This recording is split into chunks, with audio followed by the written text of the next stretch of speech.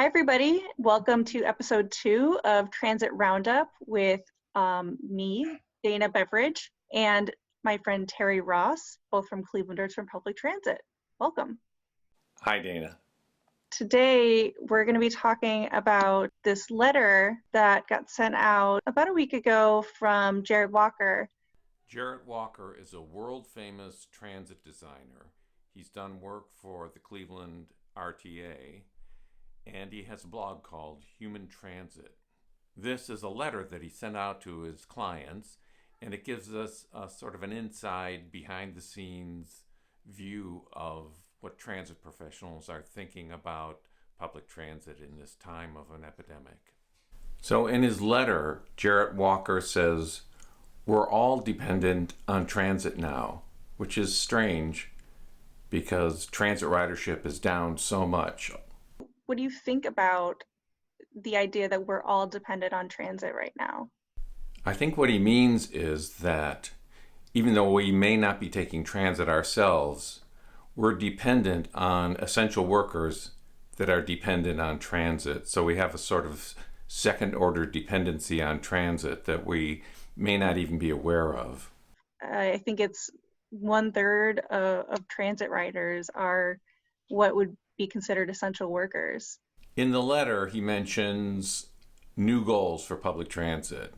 And what he's getting at is traditionally transit agencies are looking to maximize ridership and pack the buses and trains with as many people as possible to show that we're providing transportation in an efficient manner.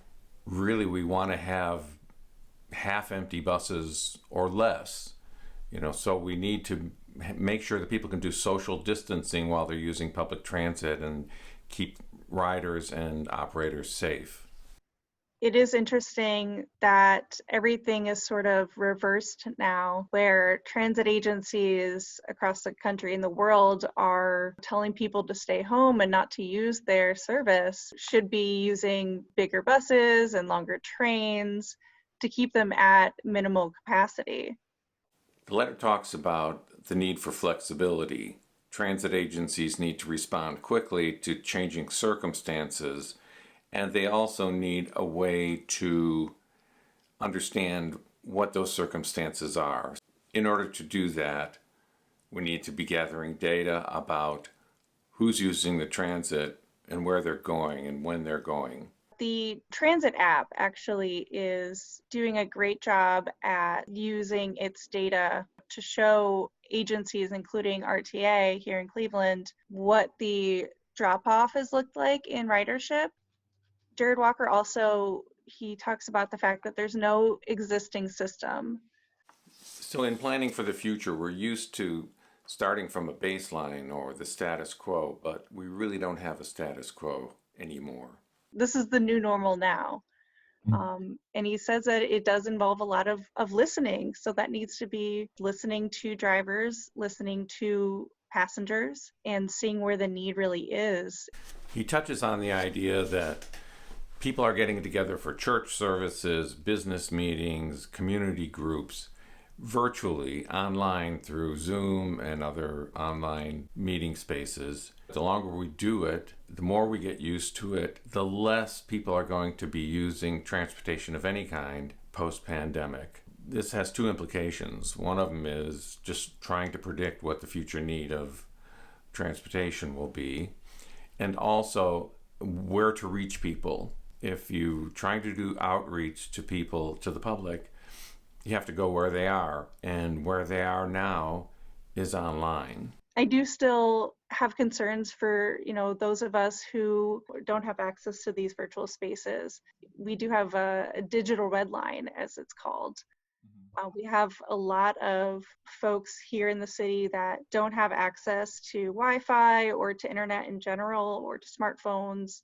So I do have concerns that those people's voices might not be heard if this is the new way of doing things. And that's a bigger issue, I think, that needs to be solved here and around the country. So Dana, what upcoming events does Clevelanders for Public Transit have planned? Clevelanders for Public Transit is planning to have a rider happy hour on May 16th. That's next Saturday. We hope you can join us. We'll be sending an invite out.